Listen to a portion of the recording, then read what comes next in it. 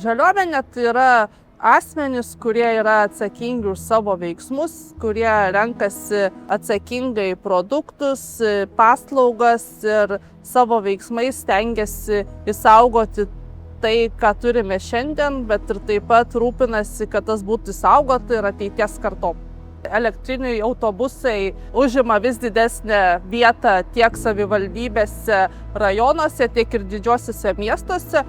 Pagal 25 metų duomenis Lietuvos savivaldybės yra 665 autobusai, ir tai sudaro beveik 21% viso viešo transporto. Svarbu paminėti, kad ir transporto infrastruktūra, transporto sistemų plėtra, visos ekosistemos dalis, dauguma savivaldybių jos įsirengia transporto juostą, kas labai padeda pagreitinti viešojo transporto judėjimą, laikytis grafikų, taip pat sumažinti taršą ir užtikrinti tą darnų žmonių judumą mieste.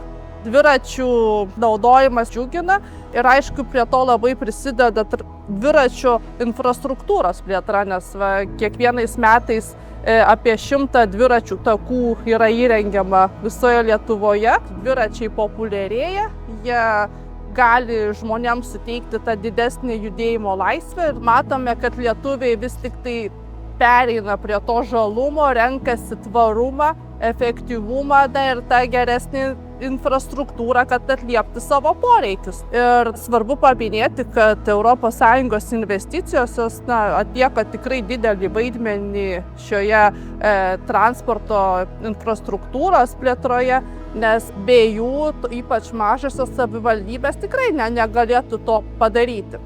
Ateityje tai stengsimės mes užtikrinti tą tvarę plėtrą, kad būtų subalansuota transporto sistemos plėtra. Noras yra didelis ir tikriausiai tas rezultatas pasimatys po kelių metų.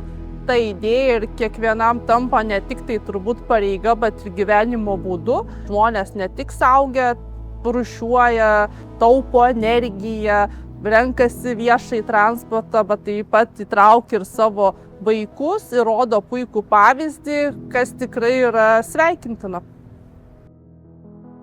Žaliam name, žaliam eisme, prie žalio parko bendraminčiai žaliai gyvena. Prisijunk prie žaliuomenės ir tu. Daugiau informacijos esinvesticijos.lt